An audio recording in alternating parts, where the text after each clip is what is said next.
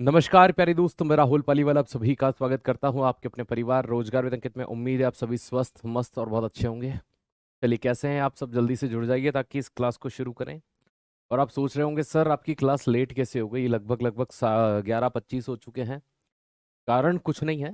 जैसे कि आप में से बहुत सारे बच्चों को मेरी क्लास दिख रही होगी। और जब हम क्लास ले है ना, और कुछ को क्लास नहीं दिख रही होगी कि शेड्यूल नहीं है सर। ये क्लास सेम टू सेम मेरे साथ भी कंडीशन हो रही थी। जो हमारा मेन पैनल है उस पर तो क्लास ऐसा लग रहा था कि शेड्यूल की गई है ना। और जब मैं यहाँ से लाइव करने के लिए जा रहा हूँ तो मुझे क्लास दिख ही नहीं रही है। तो एक टेक्निकल ग्लिच आ गया था। उसके कारण क्या हुआ कि भैया वो क्लास जब तक मुझे नहीं दिखेगी तब तक वो लाइव नहीं हो सकती, चाहे वो पैनल पर पड़ी हुई हो। ठीक है। तो ये चीज आपको भी फेस करनी पड़ी होगी। शायद कुछ बच्चों को मेरी क्लास शेड्यूल दिखाई ही नहीं दे रही होगी, और फिर उनको एकदम से मैसेज आए कि शायद कभी ये क्लास लाइव हो गई है। ठीक है। तो ये कारण था कि टेक्निकल ग्लिच था, जिसके कारण वो क्लास मुझे ही शो नहीं हो रही है, मेरे सिस्टम पे ही दिखाई नहीं दे रही है। और जब तक वो मेरे सिस्टम पर नहीं दिखेगी तब तक मैं आपकी क्लास लाइव नहीं कर सकता। ठीक है। तो वही फिर टेक्निकल टीम के साथ हम लगे हुए थे पूरा के पूरा, भैया मेरे साथ ऐसा काहे हो रहा है। ठीक है। तो फिर उन्होंने वापस से क्लास को वो उसको हटाया और वापस से रीशेड्यूल करा है ना। तो है ना, हो सकता है आप में से कुछ बच्चों को तो मेरी क्लास दिखाई दे रही होगी कि 11 बजे होगी, और कुछ को नहीं भी दिखाई दे रही होगी, है ना। तो क्लास भी नहीं दिख रही थी। हाँ, मैं वही बोल रहा हूँ आपको, कुछ को दिख रही होगी और कुछ को नहीं दिख रही होगी। तो नहीं दिख रही है उनकी समस्या मेरे समान थी कि भैया ग्लिच वाली समस्या चल रही थी। और जिनको भाई जिनको दिख रही थी, सिंपल सी बात है। ठीक है। अब उनको तो दिख रही थी, उसका मैं कुछ नहीं कर सकता, लेकिन जिनको नहीं दिख रही थी वो मेरे समान थे। जब तक मुझे भी नहीं दिखेगी मैं भी उसे लाइव नहीं कर सकता था। चलिए भैया, अब यहाँ पर आते हैं हम लोग। और हम जो पढ़ रहे थे वो हम हार्ट पढ़ रहे थे, हृदय पढ़ रहे थे। और इसका सेकंड पार्ट होना है आज।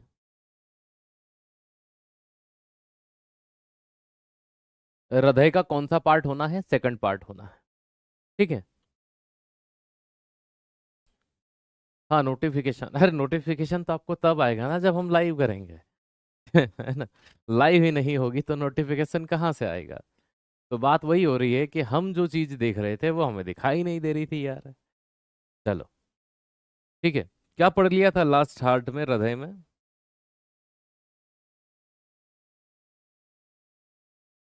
क्या पढ़ लिया था लास्ट?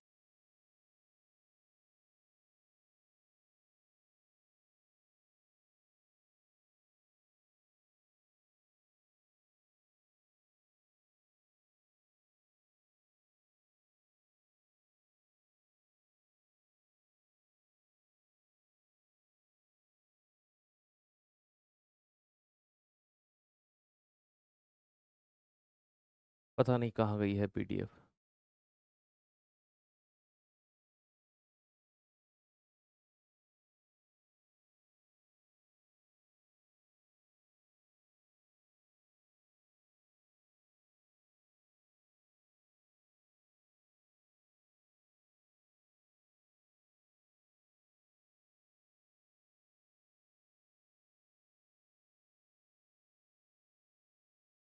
चलो, चेम्बर इन हार्ट सर पढ़े थे लास्ट। ये पढ़ लिए थे हमने कि एम्फीबियन में पक्षी में 4 चेम्बर होते हैं, 2 आलिन 2 नीले, सारे कंप्लीट हो गए थे।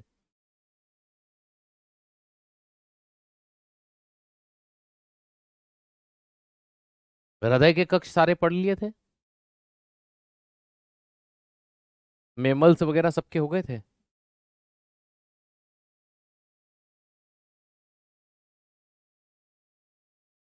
नमस्ते नमस्ते। चेम्बर करा दिए थे, ठीक है। चलो भैया, चेम्बर जब हो चुके हैं तो हम लोग थोड़ा सा। तो भैया तुम काहे इतने एकदम तुमने स्लाइड बना लिए?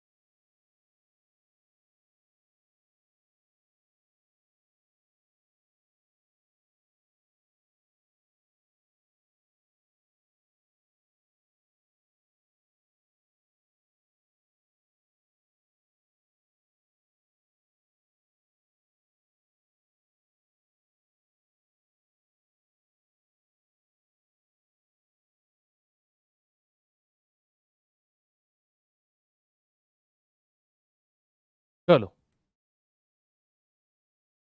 शुरुआत करते हैं। कोर चेम्बर पड़ा है अभी। हाँ, 4 चेम्बर पक्षियों के अंदर, स्तनधारियों के अंदर होते हैं। 4 चेम्बर वाला नहीं हुआ। ठीक है भैया, 4 चेम्बर पढ़ा देते हैं। मुझे ऐसा ध्यान है कि मैंने करा दिया था। 4 चेम्बर या कक्ष किस में होते हैं? तो जितने भी पक्षी हैं, एवीज हैं, उनमें होते हैं। ठीक है, फॉर द एग्जाम्पल, पेंगुइन,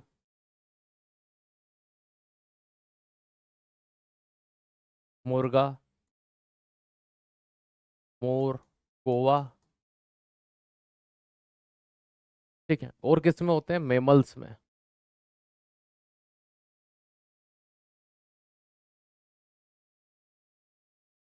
स्तनधारी में। ठीक है, स्तनधारी में भी बोले तो जैसे कि डेंगू है, डेंगू क्या बोलते हैं यार इसको, डॉल्फिन,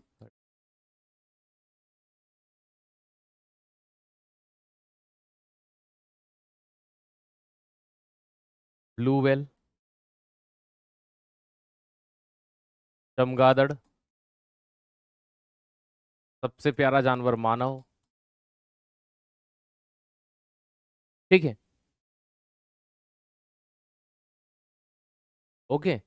तो 2 आलिंद होते हैं इनके अंदर, कोई बात नहीं,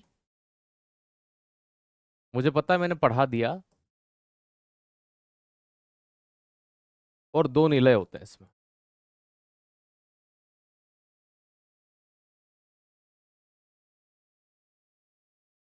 तो 2 आलिंद और 2 निलय पाए जाते हैं, है ना। इस तरह से टोटल 4 चेम्बर हो जाते हैं, 4 कक्ष हो जाते हैं, है ना। मगरमच्छ में 3 चेम्बर होते थे, लेकिन वो एक्सेप्शन है उभयचर में, क्योंकि उभयचर वर्ग में 3 चेम्बर पाए जाते हैं, इसलिए वो अपवाद है। चलिए आइए, मैं हृदय कैसे काम करता है थोड़ा सा आपको ये समझाता हूँ, ताकि हमें लिखना आसान हो जाएगा।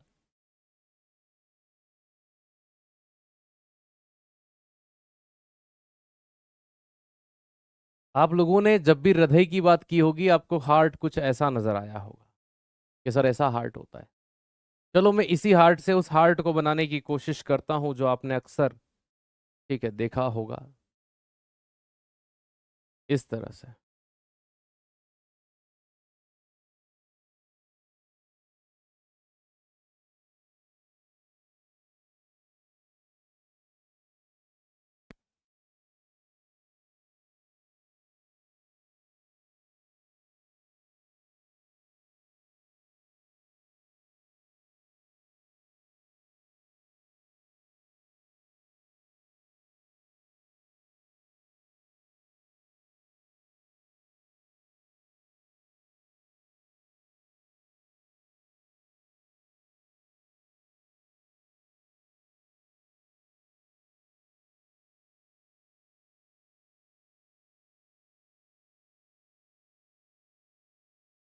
दो मिनट का टाइम दीजिएगा, है ना। ऐसा मत सोचिएगा कि मैं बोल नहीं रहा हूँ या आपको आवाज़ नहीं आ रही है। मेरा फोकस बस डायग्राम के ऊपर है कि ये बन जाए ना तो मेरा काम हो जाए।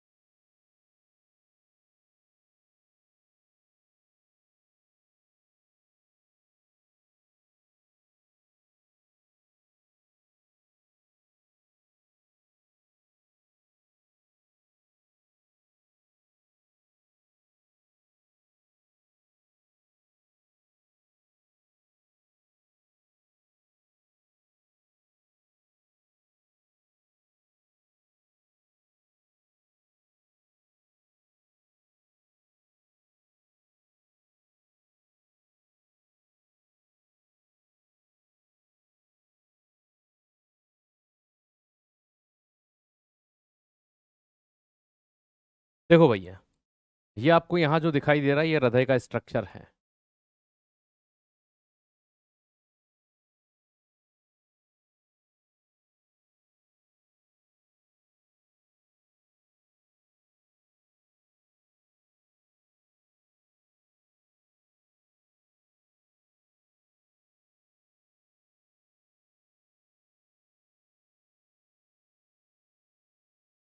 ठीक है, अभी तक मैंने इसमें नामकरण नहीं किया। ओके, अब ये जो आप देख पा रहे हो ये ह्यूमन हार्ट का स्ट्रक्चर है, कैसे काम करेगा, क्या चीजें होंगी, अभी सब चीजें मैं आपको बताऊंगा।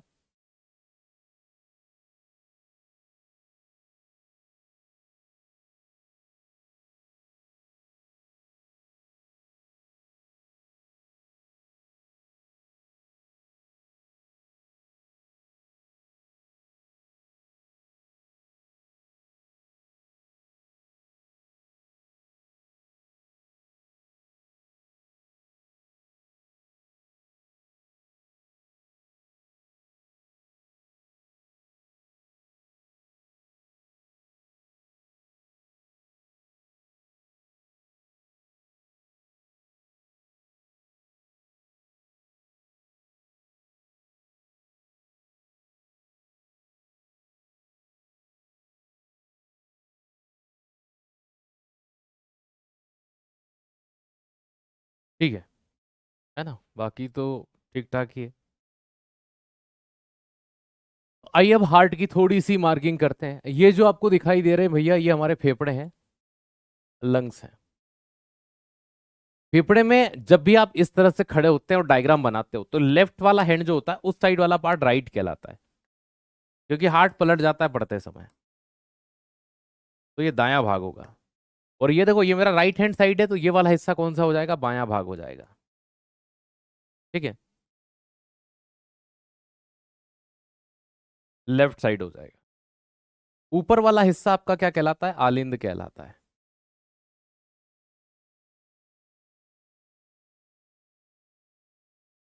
और नीचे वाला हिस्सा क्या कहलाता है, निलय।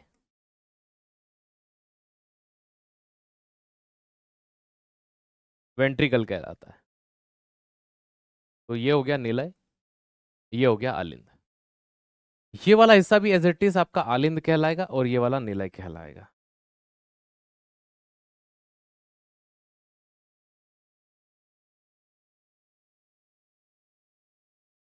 बस बायां आलिंद और बायां निलय हो जाएगा। ठीक है, अब आप सोच रहे होंगे सर हार्ट ऐसा नहीं दिखता। देखो, अपने को हार्ट देखना है काम कैसे करता है उस पर्पज से। जो हार्ट आपको इस तरह से दिखाई देता है मस्कुलर शेप में, जिसकी पंपिंग, अब इसमें आपको ये पता नहीं चलेगा ब्लड कहाँ जा रहा है और कहाँ से आ रहा है। इसलिए मैं हार्ट को इस तरह का बनाता हूं, क्योंकि हमें हार्ट की क्रियाविधि समझनी है, न कि हार्ट को उस शेप में देखना है जिस शेप में वो पाया जाता है। क्योंकि उस शेप में कभी भी हमको हार्ट का मेनली जो फंक्शन होते हैं वो समझ में नहीं आते। यहाँ आपको एक एक चीज समझ में आएगी, ब्लड किधर जा रहा है और क्या चीज हो रही है। ठीक है, तो ये चीज भी आपको यहाँ पर नोटिस करनी है।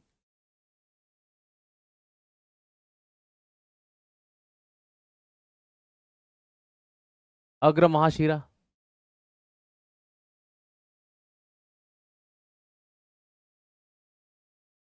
पश्च महाशिरा, सुपीरियर वेन केवा,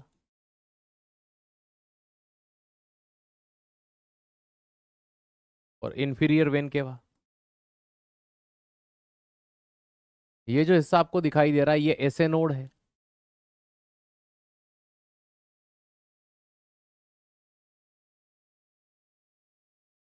और ये जो नली आपको यहाँ पर दिखाई दे रही है,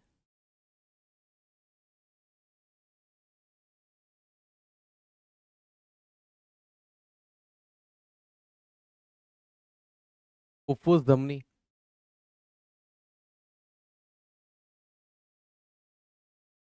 पल्मोनरी आर्टरी। ये जो नली दिखाई दे रही है पल्मोनरी वेन है।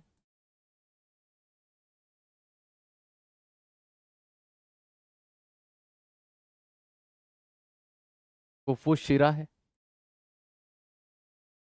ये जो नली आपको यहाँ पर दिखाई दे रही है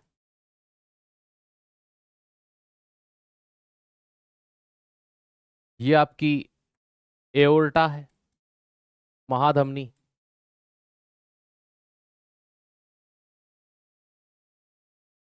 ठीक है। और ये जो आपको दिखाई दे रही है ये वॉल है, सेप्टम कहते हैं जिसे।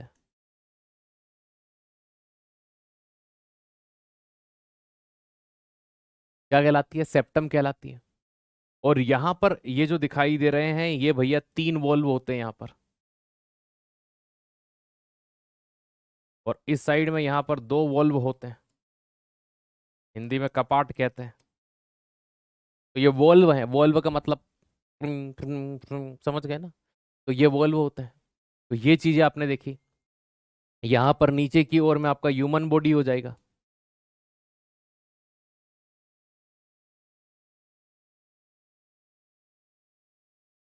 थोड़ी बहुत इमेज आपको समझ में आई होगी।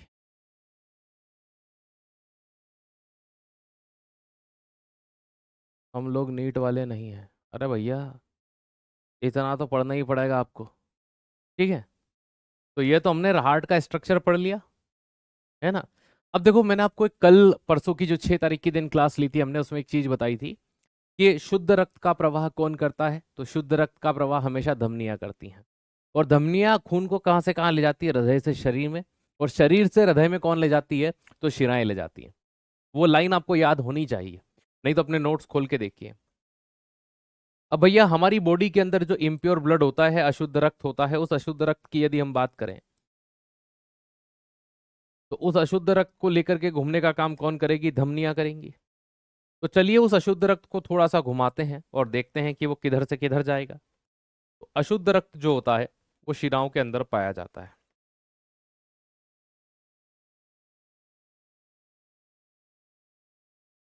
तो यहां पर अशुद्ध रक्त का मतलब बिना ऑक्सीजन वाला।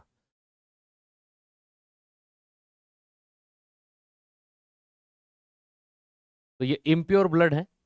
और इम्प्योर ब्लड ये कौन लेके चल रही हैं? ये विन लेके चल रही हैं शिराएं। तो शिराएं अशुद्ध रक्त को शरीर से कहां पहुंचाती है? हृदय में। हृदय में सबसे पहले कहां आता है? दाएं आलिंद के अंदर आता है।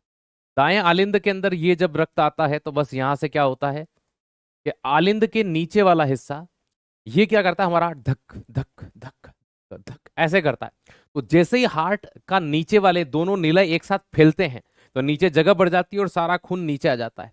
अब यहाँ 3 वाल्व लगे हुए हैं, 3 कपाट लगे हुए हैं। ये वाल्व इस तरह से डिजाइन है कि ये ब्लड को इस वाल्व से वापस ऊपर नहीं जाने देंगे। अब ऐसी स्थिति में यहां पर ये नली आपको दिख रही होगी।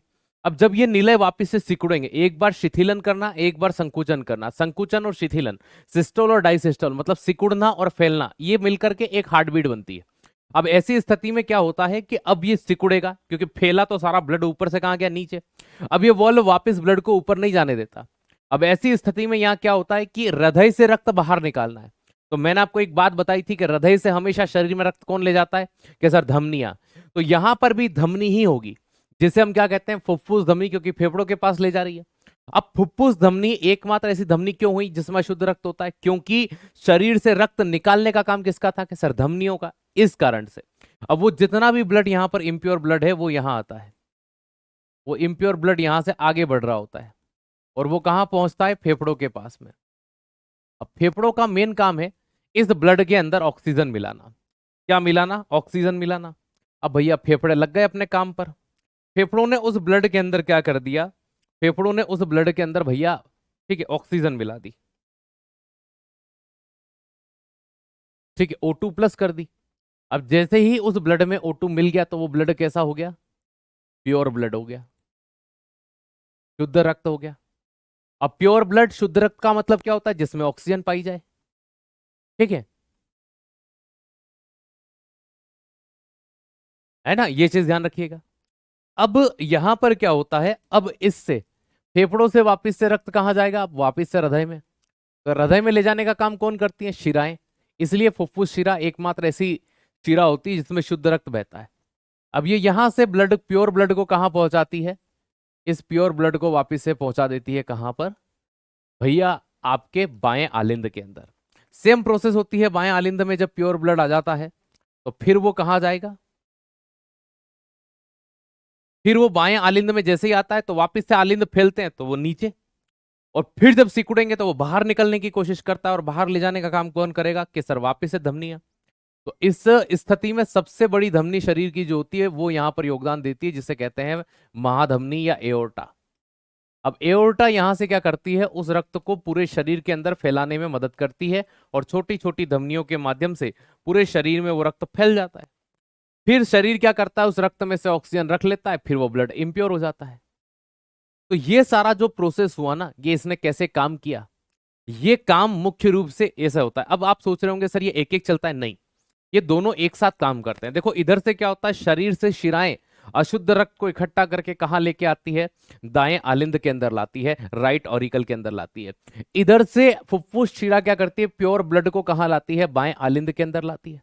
अब इस साइड में अशुद्ध, इस साइड में शुद्ध, जैसे ही दोनों निलय फैलते हैं, यहाँ के 3 वल्व, यहाँ के 2 वल्व एकदम से ब्लड को निलय में ले आते हैं नीचे। और जैसे ही ब्लड निलय में आता है तो अब क्या करेगा? ये सिकुड़ेगा, और ये जैसे ही सिकुड़ने का प्रयास करता है तो भैया इधर से फुफ्फुस धमनी के माध्यम से शुद्ध रक्त फेफड़ों में, और इधर से महाधमनी के माध्यम से वो शुद्ध रक्त शरीर के अंदर पहुंच जाता है। इस तरह से आपका हार्ट काम करता है। और ये जो चीज आपने देखी सिस्टोल और डायसिस्टोल, मतलब कि संकुचन और शिथिलन, ये कौन बनाता है? तो भाई सिंपल सी फंडा है, साधारण सी बात ये थी कि यहां पर इस चीज को बनाने का काम कौन करता है? ये चाचा करते हैं, जिन्हें ऐसे नोड कहा जाता है ना? क्या कहते हैं? सीरो एट्रियम नोड कहा जाता है, हिंदी में शिरा आलिंद नोड कहा जाता है। तो इनसे मिलकर के हृदय धड़कन बनती है, और 1 मिनट में ऐसा 72 बार होता है। ठीक है।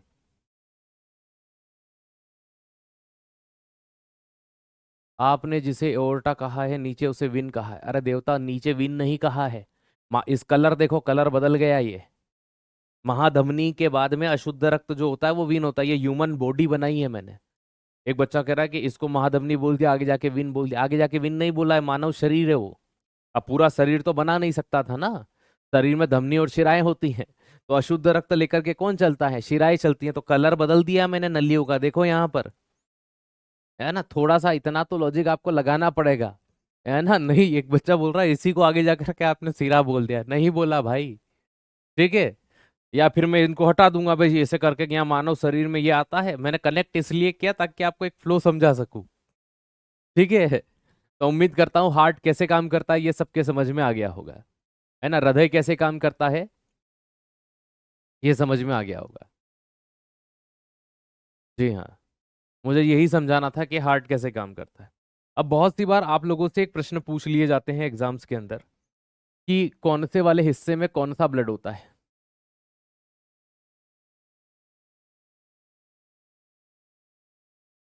तो भाई सिंपल सी बात थी, ये हिस्सा आपका आलिंद वाला है। अरे तुम काहे आए हो?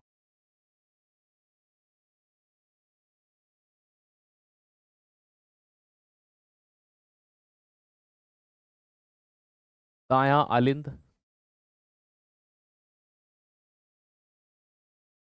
Right auricle,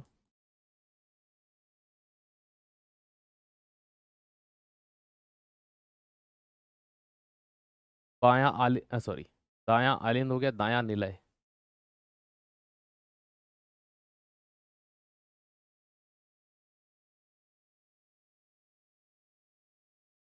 right ventricle. ये वाला हो जाता है आपका लेफ्ट ऑरिकल और लेफ्ट वेंट्रिकल।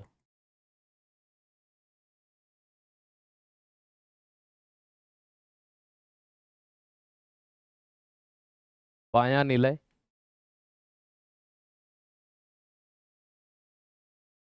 और बायां आलिंद। इस साइड में जो होता है इन दोनों भाग में वो प्योर ब्लड होता है,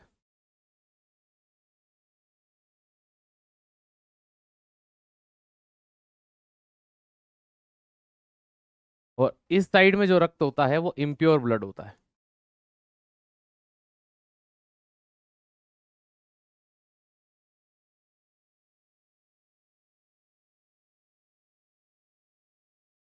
ठीक है। अब यहां पर जो वॉल्व थे वो 3V, और यहां पर जो थे वो 2V। तो 2V को क्या कहा जाता है और 3V को क्या कहा जाता है? ठीक है, तो 2V को कहते हैं भैया, एक चीज ध्यान रखिएगा, द्विवल्नी कपाट, bike speed valve.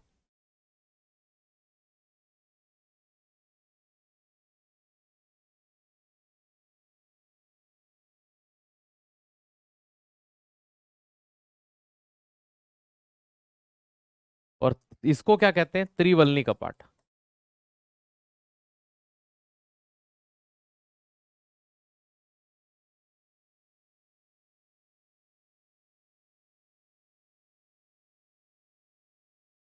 Trike speed valve कहते हैं। ठीक है, तो एक हो गया द्विवल्नी कपाट, एक हो गया त्रिवल्नी कपाट। वॉल्व का मतलब वॉल पाए जाते हैं इतने। ठीक है,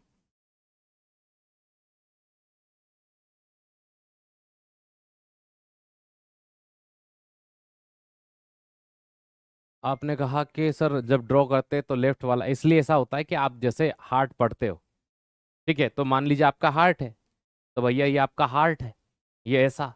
लेकिन जब इसको पढ़ने जाओगे तो आप इसको ऐसा रख के पढ़ रहे हो, मतलब कि अब आप इसके अपोजिट में खड़े हो कि नहीं खड़े हो? यहाँ सर खड़े हैं, तो ये आपका, आप ऐसे खड़े हो तब आपका हार्ट बिल्कुल सही लोकेशन में, ये राइट है, ये लेफ्ट है, तो ये लेफ्ट है, ये राइट है। लेकिन जब आप पढ़ रहे हो तो आप इसको ऐसा उल्टा कर दे रहे हो, मतलब इसकी बैक साइड को आप क्या कर रहे हो? भाई सिंपल सी बात है, हम इसको पढ़ते समय ऐसा कर लेते हैं, उल्टा कर लेते हैं। तो जब हम इसको पढ़ रहे होते हैं तो हम, हमारा हार्ट जो है वो जैसे सीधा दिखता है ऐसा, तो हम पढ़ते समय उसको ऐसा कर देते हैं, तो लेफ्ट राइट चला जाता है, राइट लेफ्ट हो जाता है ना? हमारा हार्ट का, अगर मैं अभी बात करूं तो मेरा इस साइड वाली क्या है भैया? राइट साइड है, और ये वाली साइड लेफ्ट साइड है। लेकिन आप जब देखोगे तो आपका तो भैया सीधी सी बात है, राइट उधर होगा, लेफ्ट इधर होगा।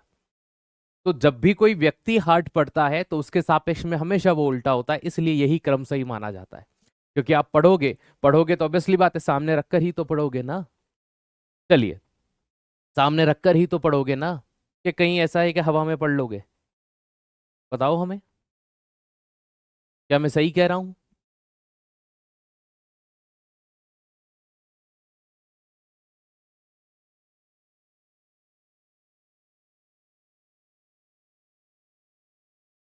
क्या मैं सही कह रहा हूं?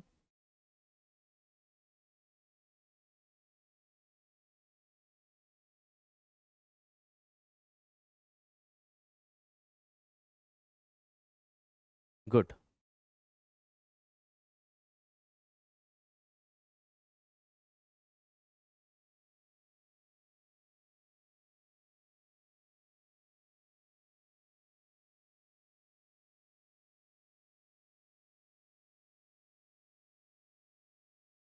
शीरा आलिंद नोड, ऐसे नोड।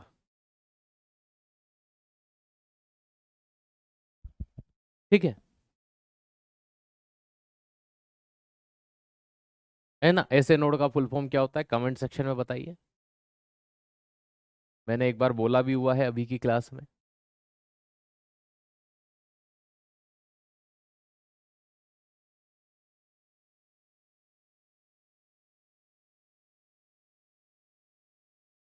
ये हृदय धड़कन, हार्ट बीट बनाता है। एक विशेष ऊतकों का समूह होता है, टिश्यू का ग्रुप होता है ये। ठीक है, जिसका मेन काम ही यही होता है कि हृदय धड़कन बनाना। तो हार्ट बीट, हृदय धड़कन क्या होती है?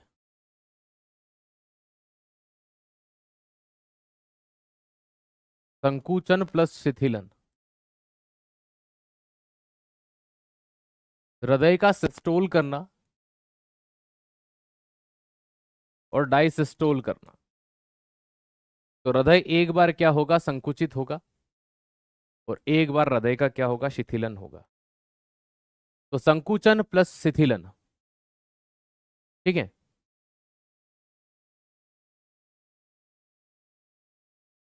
बहुत बढ़िया।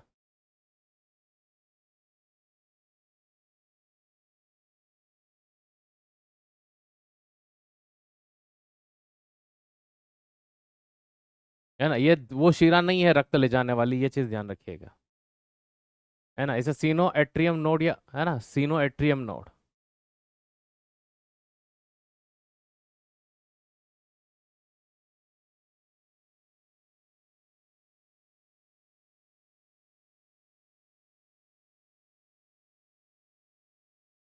या सीनो एट्रियल नोड भी कह देते हैं कभी कभी, लेकिन सही नाम जो है वो यही है, एट्रियम नोड।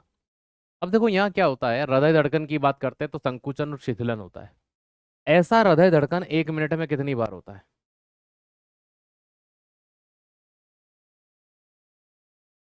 72 टाइम्स। तो 1 मिनट में किसी का हृदय कितनी बार धड़क सकता है? 72 बार। कितनी बार धड़क सकता है? 72 बार। ठीक है। और एक चीज वो ध्यान रख लेना, कभी कभी ऐसे नोड काम नहीं करता, तो आर्टिफिशियल ऐसे नोड लगाना पड़ता है। तो उसे क्या कहा जाता है? Pacemaker. है ना, पेस मेकर लगाते एक चिप जैसा होता है। थोड़ा सा इसका पार्ट बाकी है, क्योंकि हमारी क्लास आपको पता है आज टेक्निकल इशू था। है ना, मुझे क्लास ही नहीं दिख रही थी मेरे सिस्टम के ऊपर, तो मैं लाइव कैसे करता। है ना, फिर उसको लाइव करवाने में लगभग लगभग 11:30 बज गई। तो आज की क्लास यहीं विराम करेंगे। ठीक है। और है ना, कल थोड़ा सा बचा हुआ पार्ट कंप्लीट करके फिर नया टॉपिक रेस्पिरेशन पढ़ना शुरू कर देंगे। तो कल 20-25 मिनट हम हार्ट ही पढ़ेंगे, उसके बाद में हम रेस्पिरेटरी सिस्टम पढ़ना शुरू कर देंगे। ठीक है। तो अभी इसमें बहुत सारी चीज़ें कुछ बाकी हैं, है ना, उनको हम कल देखेंगे। Thank you so much. जय हिंद, जय भारत। स्वस्थ रहिए, मस्त रहिए, अच्छे से पढ़ते रहिए। धन्यवाद।